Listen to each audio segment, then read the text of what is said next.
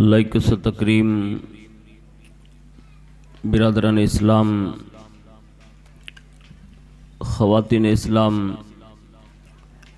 پیارے بزرگوں، دوستوں، نوجوان ساتھیوں، پیارے بچوں، السلام علیکم ورحمۃ اللہ وبرکاتہ۔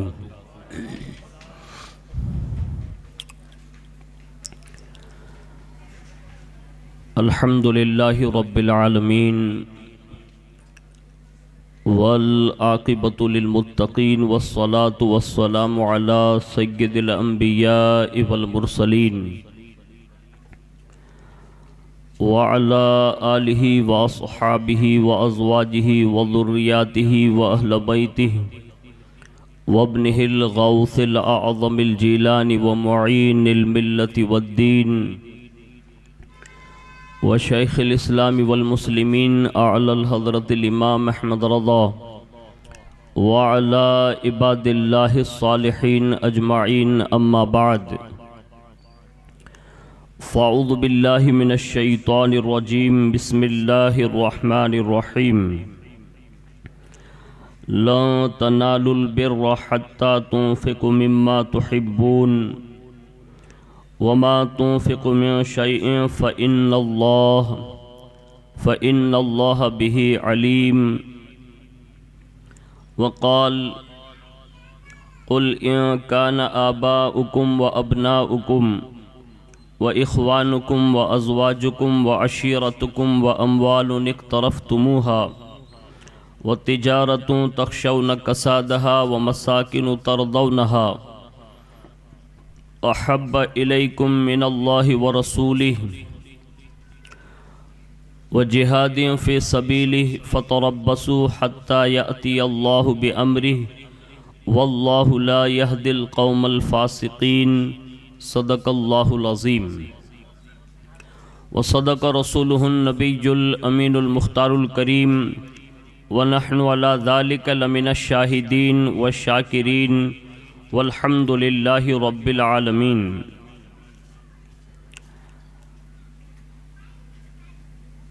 آئیے سب سے پہلے مذہب اہل سنت والجماعت یعنی کہ مسلک اعلیٰ حضرت کے قدیم دستور کے مطابق ہم سب کے آقا و مولا حضور سراپا نور سیدنا محمد الرسول اللہ صلی اللہ تعالی علیہ وآلہ وسلم کی بارگاہ پر نور میں جی لگا کر درود پاک کی نظریں پیش کر لیں۔ اللہم صلی علی سیدنا و مولانا محمد معدن الجود والکرم وعلی آلہ وصحابہ وبارک وسلم۔ صلاۃ و سلام علیک یا رسول اللہ صلی اللہ تعالی علیہ وآلہ وسلم۔ نبی اور آل نبی پر ایک بار اور محبت سے درود شریف کی نظریں پیش کریں۔ اللہم صلی علی سیدنا مولانا محمد معدن الجود والکرم وعلی آلہ وصحابہ وبارک وسلم۔ صلاۃ و سلام علیک یا رسول اللہ صلی اللہ تعالی علیہ وآلہ وسلم۔ حصول برکات و نجات کے لیے ایک بار پورا مجمع مل کر درود پاک پڑھ لیں۔ صلی اللہ علی النبی الامی وآلہ صلی اللہ علیہ وسلم۔ صلاۃ و سلام علیک یا رسول اللہ صلی اللہ تعالی علیہ وآلہ وسلم۔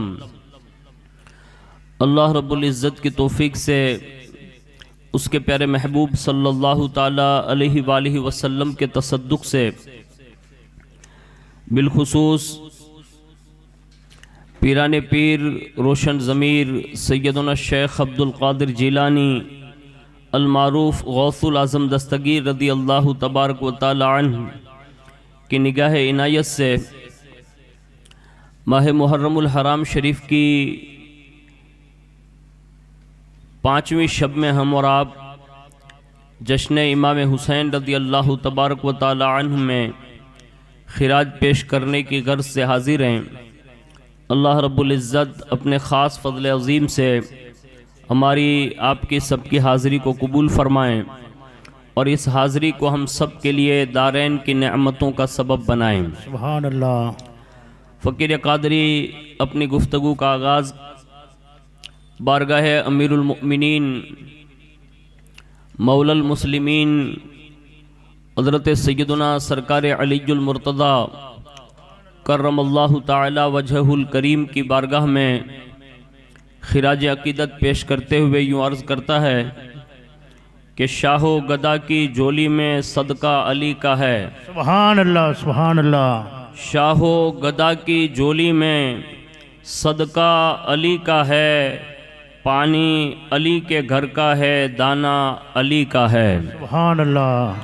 پانی علی کے گھر کا ہے، دانا علی کا ہے، اور بخشا ہے رب نے ایسا انہیں نور معرفت، بخشا ہے انہیں رب نے ایسا نور معرفت، قادری چشتی تمام سلاسل میں اجالا علی کا ہے۔ سبحان اللہ، سبحان اللہ۔ قادری چشتی تمام سلاسل میں اجالا علی کا ہے، اور ایک کاش حکم الہی ہو فرشتوں کو میدان محشر میں۔ سبحان اللہ۔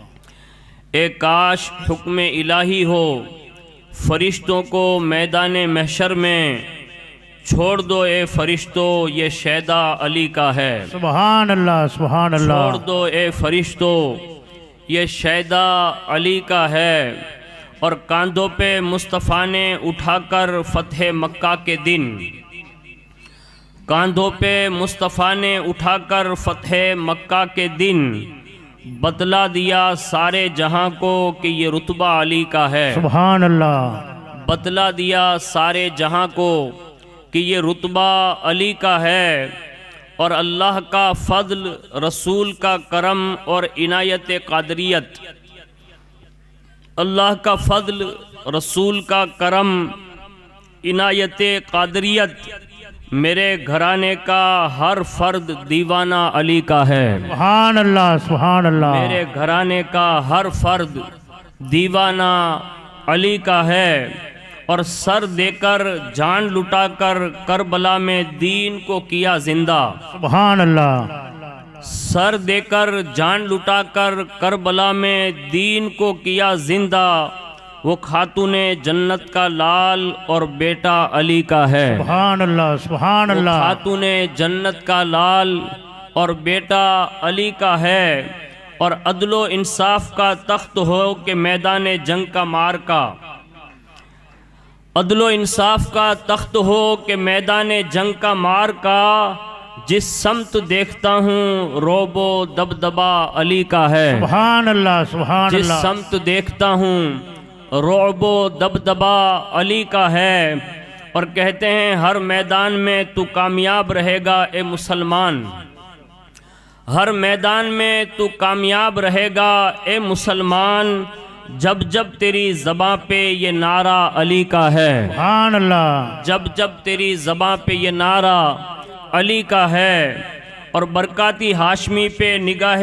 فیضان ظہیر ملت ہے۔ سبحان اللہ۔ برکاتی ہاشمی پہ نگاہ فیضان ظہیر ملت ہے، کہ تیری لسان پر یہ ترانہ علی کا ہے۔ سبحان اللہ۔ ایک بار بڑی محبت سے درود شریف پیش کر لیں۔ اللہم صلی اللہ علی نبی علیہ صلی اللہ سیدنا علیہ مولانا وسلم، محمد صلاۃ معدن و الجود سلام والکرم علیک یا وعلی آلہ رسول اللہ واصحابہ وبارک صلی اللہ وسلم، تعالی علیہ وسلم۔ صلاۃ و سلام علیک یا رسول اللہ صلی اللہ تعالی علیہ وآلہ وسلم۔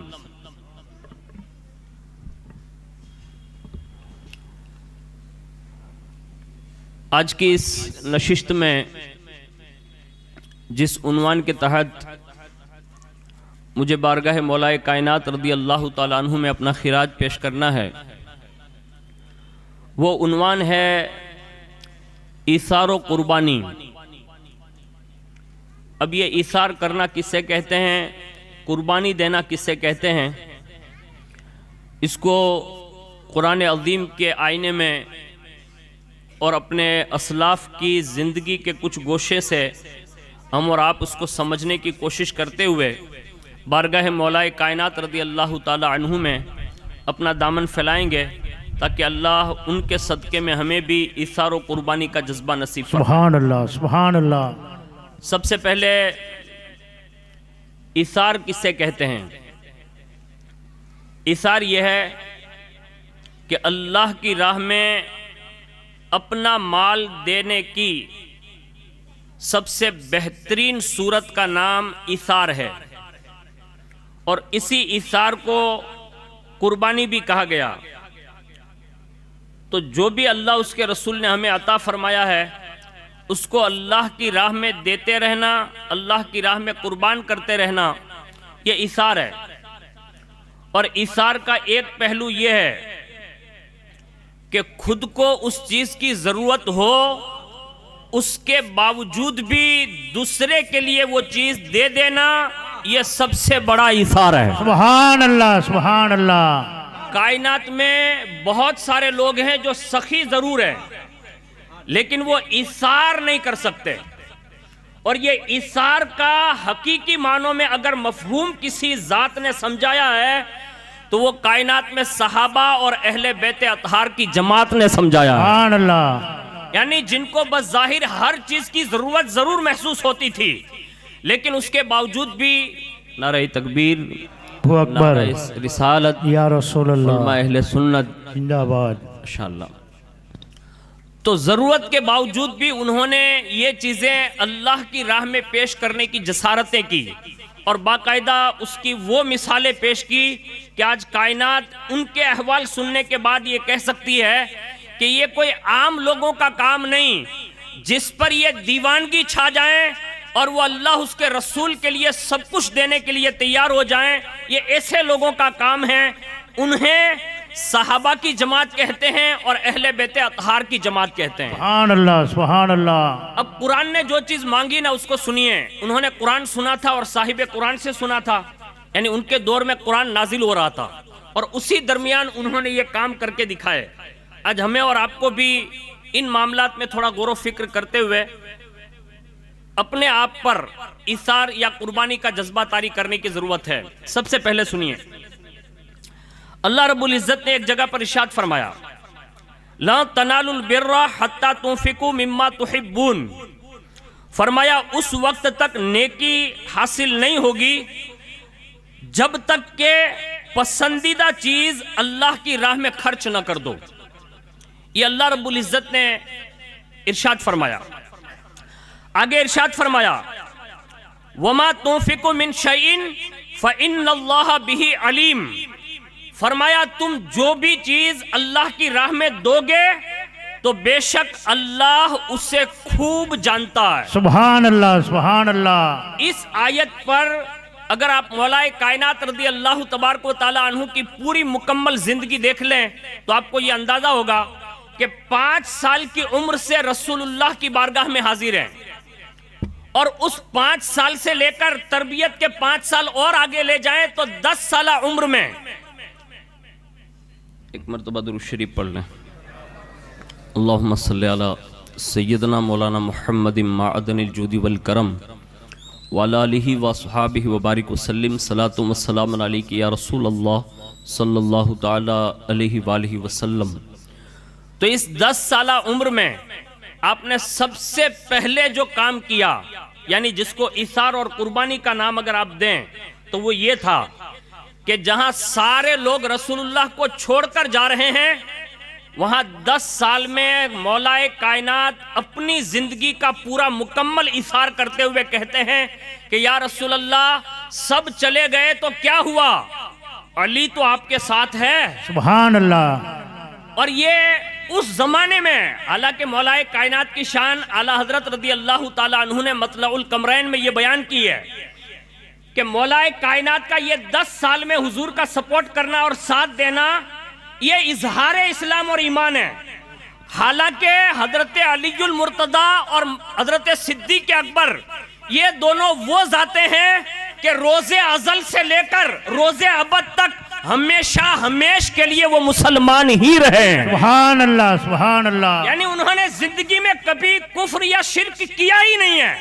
اللہ نے انہیں عالم ارواح سے لے کر عالم شہادت اور عالم شہادت سے لے کر ان کے بعد تک یعنی عبدالآباد تک اگر کسی روحوں کو اسلام کی دولت اور ایمان کی دولت سے سرفراز فرمایا تو فرمایا ایک صدیق اکبر ہے اور دوسری روح کا نام علی المرتضی ہے. نعرہ تکبیر، نعرہ رسالت، جشن شہید اعظم، نعرہ حیدری. اور وہاں 10 سالہ عمر میں جو اعلیٰ حضرت نے لکھا ہے کہ کلمہ پڑھا، یہ اظہار اسلام ہے، اور یہ اس زمانے میں کلمہ پڑھ رہے ہیں جہاں سے سردار اٹھ کے جا رہے تھے، خاندان والے لوگ جا رہے تھے، کوئی سپورٹ کے لیے تیار نہیں۔ اس وقت 10 سال کا بچہ یہ کہے کہ یا رسول اللہ میں حاضر ہوں۔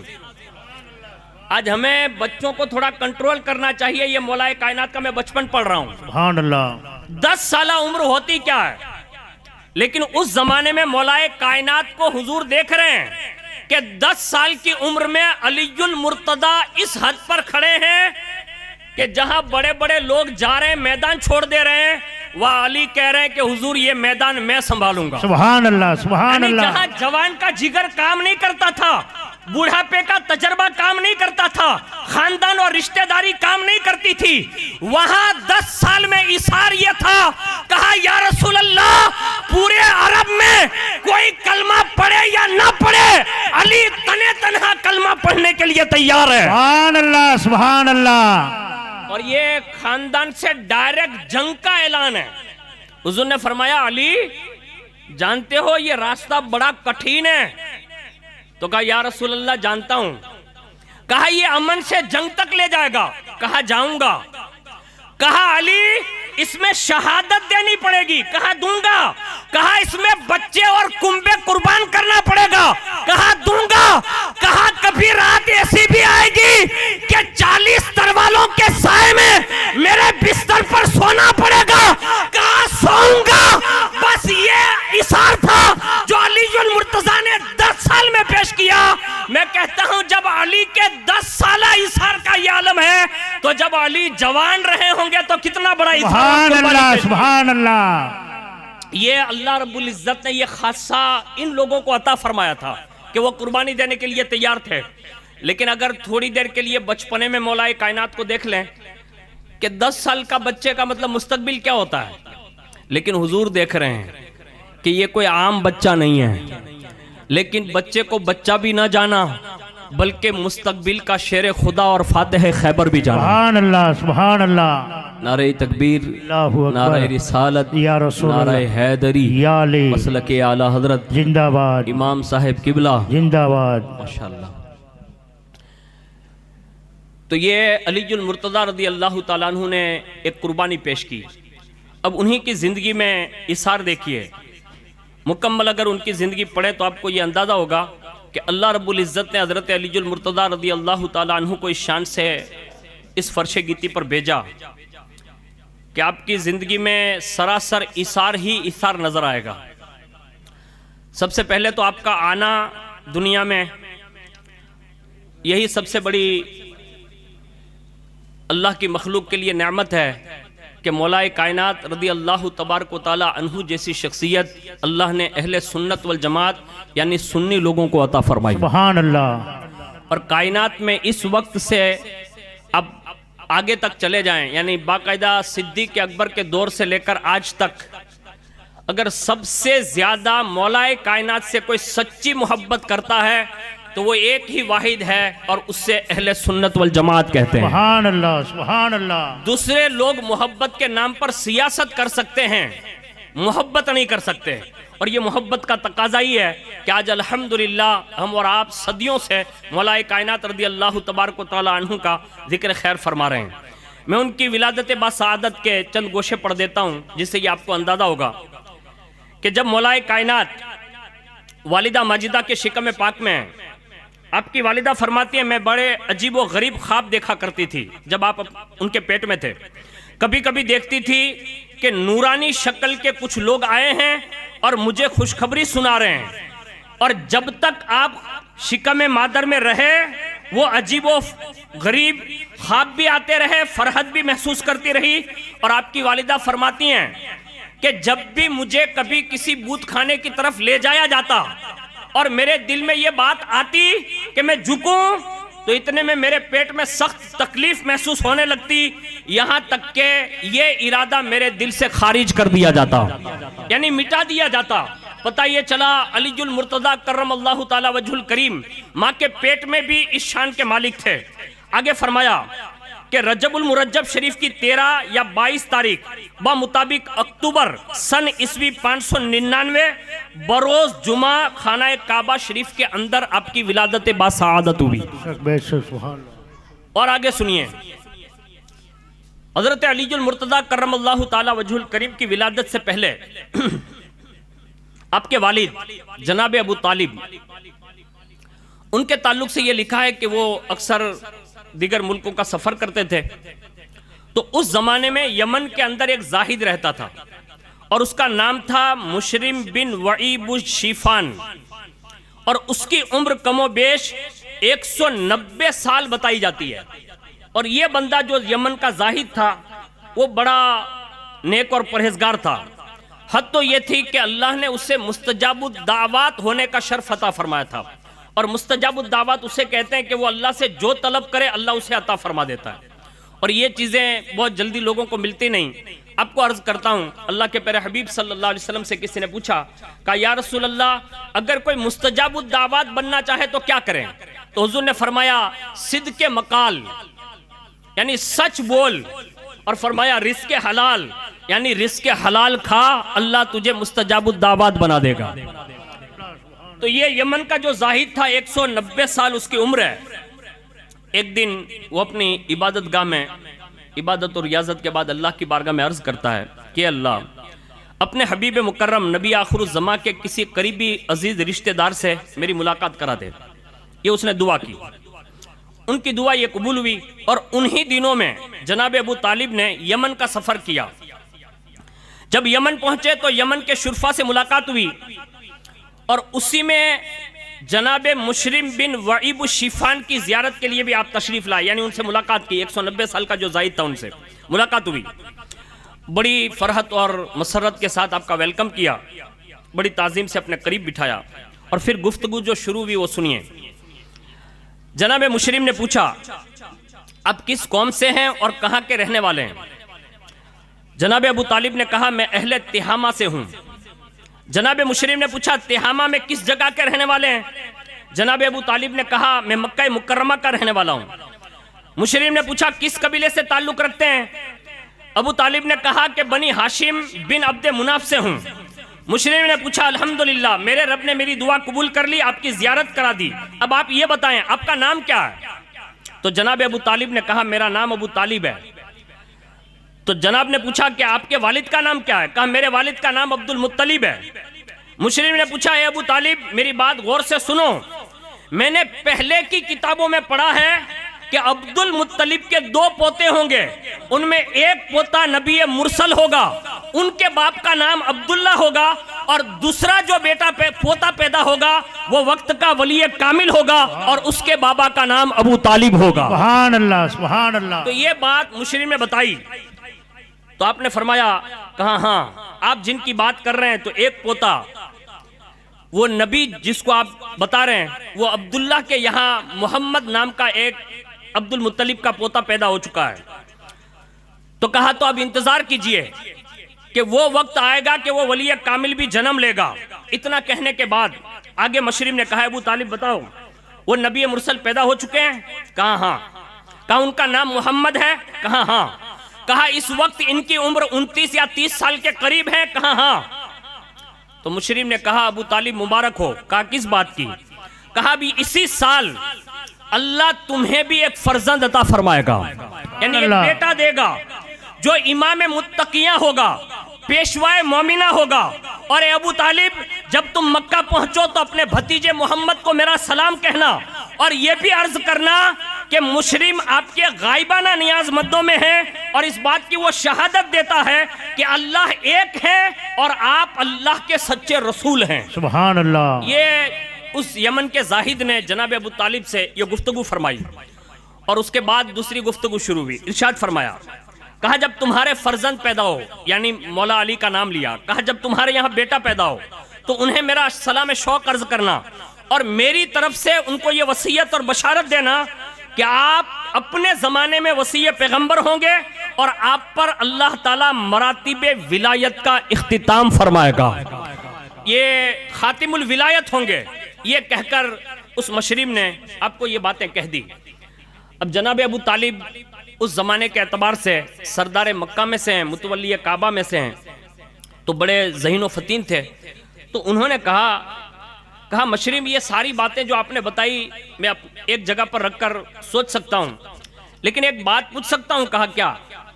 کہا آپ اپنے زہد اور تقوی کی آڑ میں مجھے کوئی ایسا کام بتا سکتے ہیں کہ جس کو دیکھنے کے بعد میں مان لوں کہ یہ سچ ہے؟ تو فرمایا آپ مجھے بولیں کیا چاہتے ہیں آپ؟ تو کہا کہ ادھر ادھر دیکھنے کے بعد کہا یہ سوکھا درخت نظر آ رہا ہے؟ کہا ہاں. کہا میں چاہتا ہوں کہ یہ درخت جو ہے نا اس کو آپ تر و تازہ کر دیں اور ابھی وہ پھل دینے لگنا چاہیے تو میں مان لوں کہ آپ سچے ہیں. جیسے اتنا کہا تو سوکھا ہوا درخت جو ہے اس بندے کی دعا کی وجہ سے سرسبز و شاداب ہو گیا اور اس کے بعد باقاعدہ پھل نکلنے لگے. جناب ابو طالب نے مشرم کی یہ کرامت دیکھ کر کہا اب مجھے اس بات پر اعتبار ہو گیا کہ آپ نے جو باتیں سنائی وہ حق ہے. اور اسی سال اللہ رب العزت نے جناب ابو طالب کے یہاں حضرت علی المرتضیٰ جیسا بیٹا عطا فرمایا. اور آگے سنیے آپ کی ولادت پاک کا پس منظر.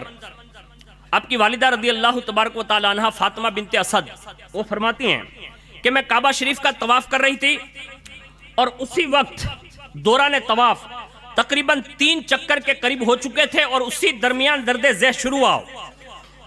اور فرماتی ہیں کہ وہ تکلیف مجھے اتنی محسوس ہوئی کہ میں نے خود ہی رب کی بارگاہ میں عرضی کی. کہا یہ ولادت کا وقت ہے میرے لیے آسان فرما.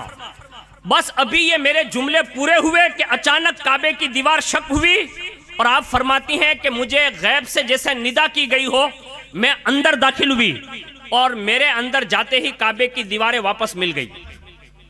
خاندان کے لوگوں نے اور سرداران قریش کے تقریباً 38 کے قریب اسی حرم میں اطراف میں لوگ موجود تھے. سب نے یہ پس منظر دیکھا کہ کعبے کی دیواریں شق ہوئی اور حضرت فاطمہ بنت اسد اندر تشریف لے گئیں. اس کے بعد لوگوں نے جو ہے دروازہ کھولا اور جیسے اندر جا کر دیکھا بہت تلاش کیا اب ملی نہیں. لوگ حیران ہو گئے. کہا یہ فاطمہ بنت اسد ہماری نظروں کے سامنے کعبے کے اندر گئی ہے لیکن ابھی نظر نہیں آ رہی. باہر نکلے جناب ابو طالب سے کہا. سب تلاش کرنے لگے اندر جا کر. اتنے میں رسول اللہ صلی اللہ علیہ وسلم حرم میں تشریف لے آئے. لوگوں نے آپ کی بارگاہ میں عرض کیا. کہا آپ کی چچی غائب ہے. کہا کہاں گئی؟ کہا یہ کعبے کی دیوار شق ہوئی اندر گئی اور ہم لوگوں نے اندر جا کر دیکھا تو کہیں پتہ نہیں چل رہا ہے. بس یہ غیب داں نبی صلی اللہ علیہ وسلم نے اس عمر میں یعنی اعلان نبوت سے پہلے یہ ارشاد فرمایا تسلی دیتے ہوئے کہ آپ لوگ مطمئن رہیں میری چچی جہاں بھی ہے الحمدللہ وہ خیریت سے ہیں سبحان اللہ. اور انشاءاللہ وقت آنے پر خیریت سے واپس آ جائے گی. تو لوگوں نے کہا وہ ہے کہاں؟ تو ارشاد فرمایا اللہ کا حکم یہ ہے کہ اس راز کو وا نہ کیا جائے یعنی کھولا نہ جائے. یہ راز ہے اس کو راز ہی رہنے دیں. چنانچہ 3 دن اور 3 شبانہ روز گزر گئے اور چوتھے روز فاطمہ بنت اسد اپنی گود میں کعبہ شریف سے جب باہر تشریف لائی تو ان کی ہاتھ میں ایک سورج اور چاند سے چمکدار بچہ علی المرتضیٰ کی شکل میں موجود. سبحان اللہ سبحان اللہ. یہ وہ پس منظر میں نے آپ کی نگاہوں کے سامنے پیش کر دیا جو مولا کائنات رضی اللہ تبارک و تعالیٰ عنہ کو اللہ نے یہ عطا فرمایا تھا.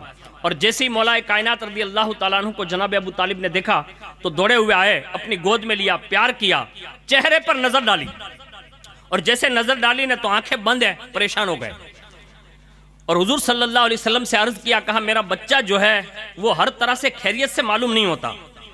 کہا وجہ؟ کہا اس کی آنکھیں بند ہیں اور مجھے اس بات پر پریشانی ہے کہ کہیں یہ بیٹا جو ہے نابینا نہ ہو. اللہ کے پیارے حبیب صلی اللہ علیہ وسلم نے فوراً ارشاد فرمایا کہا اسے میری گود میں دے دو. جیسے آپ نے اپنے آغوش میں لیا بس ابھی آغوش میں دینا کیا تھا کہ مولا کائنات نے اپنی دونوں آنکھیں کھول دی. یعنی ایسا لگ رہا تھا کہ جیسے وہ ہاتھ پہچان گئے ہو کہ میں جس مقصد کے لیے آیا ہوں بس یہی وہ ہاتھ ہیں. آنکھیں کھولی اور حضور نے فرمایا چچا دیکھیے دیکھیے آپ کے بیٹے نے آنکھیں کھول دی ہے. سبحان اللہ. یہ کہہ کر گھر والوں کو تسلی دی اور اس کے بعد مولا کائنات رضی اللہ تعالیٰ عنہ جب جوان ہو گئے تو حضور نے ایک مرتبہ پوچھا.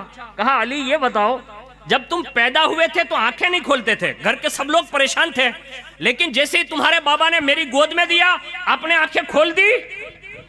تو عرض کرتے ہیں کون؟ مولا کائنات. سبحان اللہ. کہا یا رسول اللہ میری تو آرزو یہی تھی میری تمنا بھی یہی تھی. کہا کیا؟ کہا دنیا میں جاؤں گا اور سب سے پہلے اگر کسی کا چہرہ دیکھوں گا تو وہ آپ کا چہرہ دیکھوں گا۔ سبحان اللہ سبحان اللہ۔ یہ مولا کائنات رضی اللہ تعالیٰ عنہ نے جوانی میں اس کو بیان کیا، جس کو شیخ عبدالتواب صاحب خلیفہ حضور مجاہد ملت نے بیان کیا۔ پتہ یہ چلا کہ مولا کائنات رضی اللہ تعالیٰ عنہ آنے کے ساتھ یہ بتا رہے تھے، کہا علی اپنے لیے نہیں آیا ہے بلکہ مصطفیٰ جان رحمت کے لیے آیا ہے۔ سبحان اللہ۔ اور یہ اللہ رب العزت نے آپ کو یہ شرف عطا فرمایا۔ تھوڑے تھوڑے آگے تھوڑا آ جائیں۔ નજીક વહી આવો ભાઈ, બીજા ભાઈઓ આવે અને જગ્યા મળે, થોડાક વહી આવો।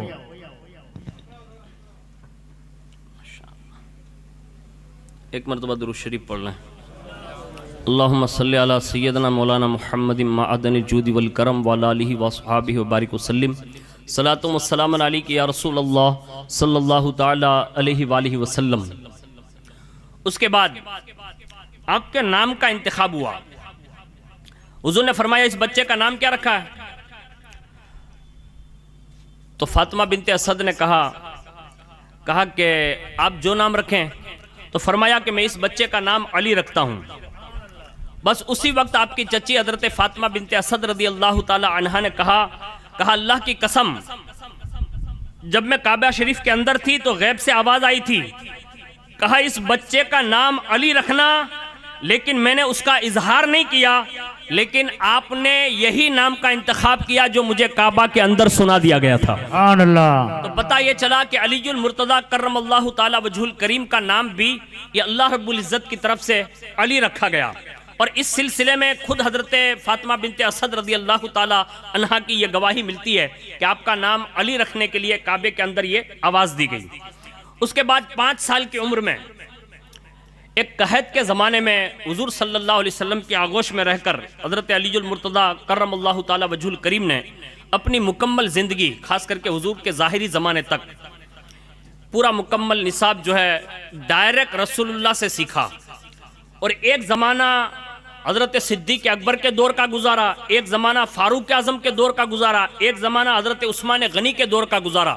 یعنی یہ طویل عرصہ ہر موقع پر، ہر موڑ پر رسول اللہ کے زمانے سے لے کر حضرت عثمان غنی تک اور خود کے خلافت کے زمانے تک، ہر موڑ پر جہاں جہاں بھی اسلام کے لیے بات آئی، مسلمانوں کے لیے بات آئی، قرآن کے لیے بات آئی، اللہ کے دین کے لیے بات آئی، اللہ اس کے رسول کی غیرت کے لیے بات آئی، تو سب سے پہلے کوئی نظر آتے تھے نا تو وہ میدان میں علی المرتضیٰ نظر آتے تھے۔ سبحان اللہ سبحان اللہ۔ اور اس کی چند مثالیں میں پیش کرتا ہوں۔ آج الحمدللہ پوری دنیا لیول پر اہل سنت والجماعت کے یہاں مولا کائنات رضی اللہ تبارک و تعالیٰ عنہ کا پرچار کیا جاتا ہے، اور باقاعدہ لوگوں کے دلوں میں آج بھی وہ محبت اجاگر ہیں۔ لیکن ایک بات عرض کرتا ہوں، آج جو دنیا جس نہج پر جا کر ہمیں اور آپ کو جہاں کھڑا کرنا چاہتی ہے، اس شکنجے سے بچنے کے لیے یہ میری بات ہو سکتا ہے آپ کے دل کو تقویت دے دیں۔ کسی کے کہنے سے کسی کے دل میں علی المرتضیٰ کی محبت پیدا نہیں ہو سکتی، اس کو یاد رکھ لیں آپ۔ ہاں، آپ کہیں گے وہ کیسے؟ اس پر میں روایت پڑھ دے رہا ہوں۔ حضرت سیدنا برہ بن عازب فرماتے ہیں کہ حضور نے حضرت علی المرتضیٰ کرم اللہ تعالی وجہ الکریم سے فرمایا، کہا علی، کہا کیا؟ کہا اللہ سے یوں دعا کر۔ کہا کیا؟ کہا اے اللہ، مجھ سے اپنے کرم سے تو وعدہ فرما کہ میری محبت مومنوں کے دلوں میں پیدا فرما دے۔ یہ کون سکھا رہے ہیں؟ ڈائریکٹ رسول اللہ علی المرتضیٰ کو یہ دعا سکھا رہے ہیں کہ اللہ سے آپ یہ کہیں کہ اے اللہ، مومنوں کے دلوں میں میری محبت پیدا فرما دے۔ سبحان اللہ۔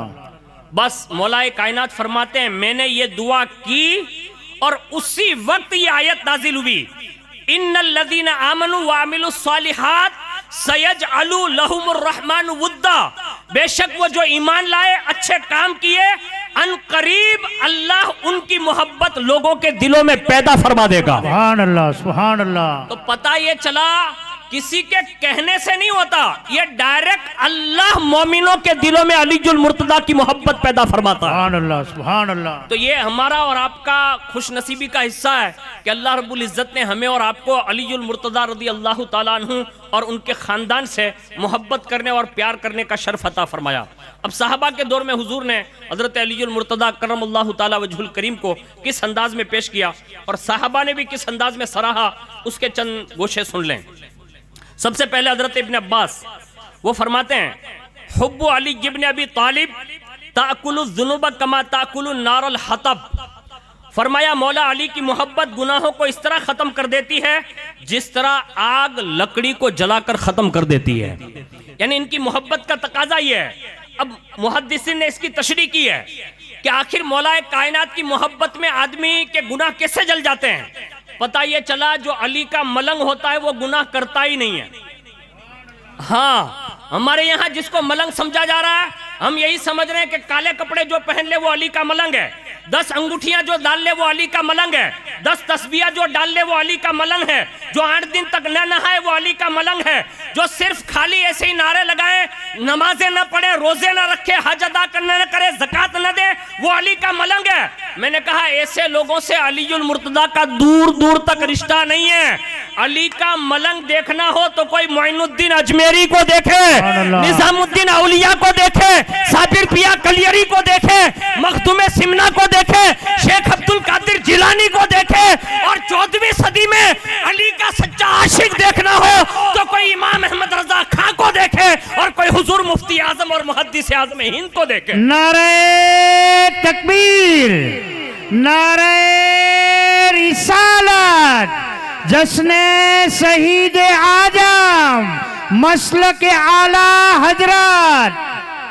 یہ محبت جو ہے نا وہ جاتی ہی نہیں ادھر. یعنی وہ ایسا بنا دیتی ہے. اور اس کے لیے یہ صحابہ نے جو جملے کہے اس سے یہ اندازہ ہوتا ہے. اب میں مولا کائنات کے چاہنے والوں کے لیے ایک بات عرض کر دے رہا ہوں.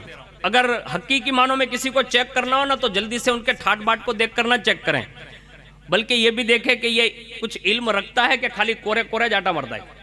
آج ہمارے یہاں سب سے بڑا نقصان یہ ہو گیا, ہم نے جس کو دیکھا ہم نے سمجھ لیا یہی سب کچھ ہے.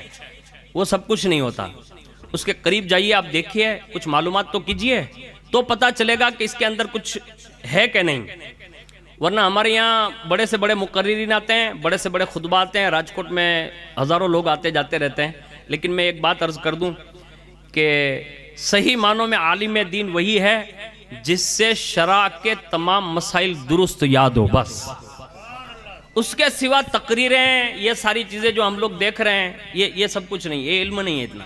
یہ بہت آسان علم ہے. لیکن میں مولا کائنات کی شان بیان کر رہا ہوں اس لیے عرض کر رہا ہوں. مولا کائنات کے زمانے میں حضور صلی اللہ علیہ وسلم کے علم غیب پر ایک بار اعتراض ہوا, اور اس اعتراض کو سول جو کیا نا وہ مولا کائنات نے فرمایا. یعنی حضور کو علم غیب ہے یا نہیں, اس پر مولا کائنات نے بڑے تبصرے فرمائے اور باقاعدہ لوگوں کے سامنے ظاہر کر کے رکھ دیا. اب حضور نے حضرت مولا کائنات کو یہ کہا تھا کہ میں علم کا شہر ہوں, علی اس کے دروازے ہیں. اب یہ بات کچھ لوگوں سے, مطلب اس زمانے کے اعتبار سے کچھ خارجی لوگ تھے جس کو منافق کہا جاتا تھا, تو یہ ان سے ہضم نہ ہو سکی. تو انہوں نے سوچا کہ چلو ایک کام کرتے ہیں, حضور کے اس فرمان کے مطابق علی المرتضیٰ حقیقی معنوں میں باب مدینۃ العلم ہونے کا درجہ رکھتے ہیں, یعنی علم رکھتے ہیں یا نہیں, چیک کرتے ہیں.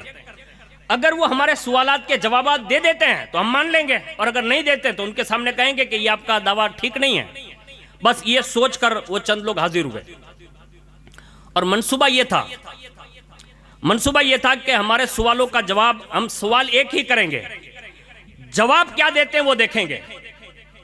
اب سوال ایک ہے, جواب دینا ہے اور اس پہ دلیل دینی ہے. اور یہ بھی علی المرتضیٰ کرم اللہ تعالی وجہ الکریم سے ہونے والے سوالات ہیں. سوال ایک ہی کریں گے سب جا کے. اب یہ 11 آدمی کو تیار کیا, اور 11 آدمی تیار ہونے کے بعد آ گئے مجلس میں. اس میں سے پہلا کھڑا ہوا, اس نے کہا حضور ایک سوال ہے. کہا بول. کہا حضور علم افضل ہے یا مال؟ مولا علی نے جواب دیا علم افضل ہے. اس نے کہا اس کی دلیل؟ آپ نے فرمایا علم انبیاء کی میراث ہے, اور مال جو ہے وہ قارون و حامان اور فرعون و شداد کی میراث ہے. اس کی دلیل یہ ہے. سوال ایک ہی ہے, پہلا سوال ہوا. دوسرا آیا, اس نے کہا ایک سوال ہے. کہا بول. کہا علم افضل ہے یا مال؟ آپ نے فرمایا علم افضل ہے. کہا اس کی دلیل؟ اب یہ دوسری دلیل سنیے. فرمایا علم تمہاری حفاظت کرتا ہے اور مال کی تمہیں حفاظت کرنی پڑتی ہے. تیسرا آیا, اس نے کہا علی المرتضیٰ علم افضل ہے یا مال؟ آپ نے فرمایا علم افضل ہے. کہا اس کی دلیل؟ کہا علم خاص لوگوں کو دیا جاتا ہے اور مال ہر کس و ناقص کو دیا جاتا ہے، یعنی سب کو دیا جاتا ہے، علم سب کو نہیں دیا جاتا۔ آگے چوتھا آیا، اس نے کہا حضور علم افضل ہے یا مال؟ کہا علم افضل ہے۔ کہا اس کی دلیل؟ کہا مال خرچ کرنے سے کم ہو جاتا ہے، علم جتنا خرچ کیا جاتا ہے اتنا بڑھتا چلا جاتا ہے۔ سبحان اللہ سبحان اللہ۔ پانچواں آیا، کہا علی المرتضی علم افضل ہے یا مال؟ کہا علم افضل ہے۔ کہا اس کی دلیل؟ کہا صاحب علم جو ہوتا ہے ہمیشہ اس کو بزرگی اور عظمت کے ساتھ یاد کیا جاتا ہے، جبکہ مالدار کو کبھی کنجوس کہا جاتا ہے، کبھی بخیل کا نام دیا جاتا ہے۔ چھٹا آیا، کہا علم افضل ہے یا مال؟ آپ نے فرمایا علم افضل ہے۔ کہا اس کی دلیل کیا ہے؟ کہا صاحب علم روز محشر گناہگاروں کی شفاعت کریں گے۔ سبحان اللہ۔ صاحب علم قیامت کے دن گنہگاروں کی شفاعت کریں گے، اور مالدار لوگوں کو روز محشر حساب دینا پڑے گا پیسے پیسے کا۔ ساتواں کھڑا ہوا، عرض کیا علم افضل ہے یا مال؟ آپ نے فرمایا علم افضل ہے۔ کہا اس کی دلیل؟ کہا مالدار جب مر جاتا ہے تو اس کا نام بھی مر جاتا ہے، صاحب علم مرتا ہے نہ، مرنے کے بعد بھی لوگ اس کے نام کا ذکر کرتے رہتے ہیں۔ سبحان اللہ سبحان اللہ۔ سات آٹھواں آیا، کہا حضور یہ بتائے علم افضل ہے یا مال؟ آپ نے فرمایا علم افضل ہے۔ کہا اس کی دلیل کیا ہے؟ کہا جو عالم ہوگا نا اس کے دوست زیادہ ہوں گے، سبحان اللہ۔ تو کہا مالدار کے؟ کہا اس کے دشمن زیادہ ہوں گے۔ آگے نوواں آیا، کہا حضور علم افضل ہے یا مال؟ کہا علم افضل ہے۔ کہا کیسے؟ کہا علم کبھی پرانا اور بوسیدہ اور کمزور نہیں ہوتا، مال پڑے پڑے کبھی بوسیدہ بھی ہو جاتا ہے، کمزور بھی ہو جاتا ہے، اور اگر پردھان منتری اعلان کرے تو وہ نوٹ چلنا بند بھی ہو جاتی ہے۔ یہی ہوگا نا، مال بوسیدہ بھی ہو سکتا ہے، کام کا بھی نہیں۔ آج بہت ساری وہ نوٹیں جو باہر نکلی تھی وہ سب ختم۔ پتہ یہ چلا مولا علی اس زمانے میں بتا رہے ہیں علم بوسیدہ نہیں ہوتا۔ اور آگے اگر ایک نواں شخص کھڑا ہوا، یہ 10واں آیا، اس نے کہا حضور علم افضل ہے یا مال؟ آپ نے فرمایا علم افضل ہے۔ کہا کیسے دلیل؟ کہا علم دل کو روشن کرتا ہے، سبحان اللہ۔ اور دل جو ہے نا، یہ مال جو ہے نا وہ دل کو سخت کر دیتا ہے۔ اب دیکھ لیجئے گا، یہ بڑی تیزی کے ساتھ ہمارے معاشرے میں جو ساری چیزیں اثر نہیں کرتی نا، اس کی ایک وجہ یہ بھی ہے کہ ہم لوگ مالدار ہونے کے بعد یہ سمجھتے ہیں کہ ہمیں امام صاحب کی ضرورت ہی نہیں ہے، خطیب صاحب کی بھی ضرورت نہیں ہے، ہمیں کسی مولانا کی ضرورت ہی نہیں، ہم یہ سمجھ رہے ہیں۔ لیکن ہم بھول گئے کہ جس دن ہم ماں کے پیٹ سے باہر آئے نا تو سب سے پہلے کسی مولانا نے اذان دیکھ کر ہمیں اللہ کا نام سنایا۔ سبحان اللہ۔ جب آپ تھوڑے بڑے ہوئے نا تو کسی مولانا صاحب نے آپ کا عقیقہ کروایا، باقاعدہ بکرا ذبح کرتے وقت دعا اسی نے پڑھی ہے۔ آپ کے آگے چل کر جیسے جیسے کام بڑھتے گئے یہ سارے کام امام صاحب کرتے رہے، اور جب بوڑھا ہو جائے گا اور مر جائے گا نا تو تیرے خاندان میں سے کوئی نماز جنازہ پڑھانے کے لیے تیار نہیں ہوگا، وہ کسی مسجد کا امام ہی ہوگا۔ بے شک سبحان یہ اور بات ہے کہ ہمارے یہاں ایجوکیشن میں ABCD اور انگلش بولتا ہوں تو اس کو صاحب کہتے ہیں، ورنہ سب کو خالی مولانا کہتے ہیں۔ ہوتا ہے صاحب، میں اپنی فضیلت بیان کرنے نہیں آیا، لیکن یہ ائمہ لوگ بیٹھے ہوئے ہیں تو میں آپ کو بتا دوں یہ بہت بڑے لوگ ہیں۔ آپ کہیں گے اس کے بڑے ہونے کی دلیل کیا ہے؟ ان کے پاس ریلائنس کمپنی ہے؟ میں کہہ رہا ریلائنس کمپنی کی وجہ سے وہ بڑے نہیں ہیں، بلکہ اس وقت جو وہ اسٹیج پر بیٹھے ہیں یہی ان کے بڑپن کا یہ اشارہ ہے۔ سبحان اللہ۔ کہ اللہ نے علم کی وجہ سے ان کو یہ عزت دے رکھی ہے کہ ان کو اوپر ہی لوگ بٹھاتے ہیں۔ بے شک سبحان یہ اللہ۔ بہت بڑے لوگ ہیں۔ مسجد میں دیکھیے سب نیچے بیٹھتے ہیں، ابھی تو یہ کرسی پیروں کی وجہ سے رکھی جاتی ہے، ورنہ سب نیچے بیٹھتے ہیں، لیکن امام صاحب ایک ہی ہوتے ہیں جو منبر پر سب سے اوپر بیٹھے ہوتے ہیں، سبحان اللہ۔ اور جہاں ان کے پیر ہوتے ہیں نا، پیر، وہاں مالدار کی گردن ہوتی ہے۔